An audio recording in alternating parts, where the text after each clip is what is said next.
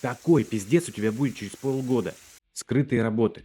Провода, трубы, гидроизоляция, теплые полы. Все, что потом скроется стеновыми и напольными покрытиями. И вот они все сделали, закрыли без тебя. Ты приезжаешь, а там уже стены ровные, стяжка залита. Красота?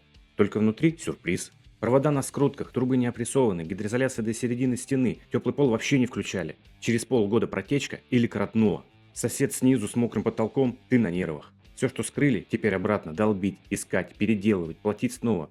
По сути, новый ремонт. Железное правило, ни одного скрытого этапа без тебя. Пока не проверили, не закрыли. Точка. Хочешь список, что проверять? Напиши чек-лист в комментарий, скину.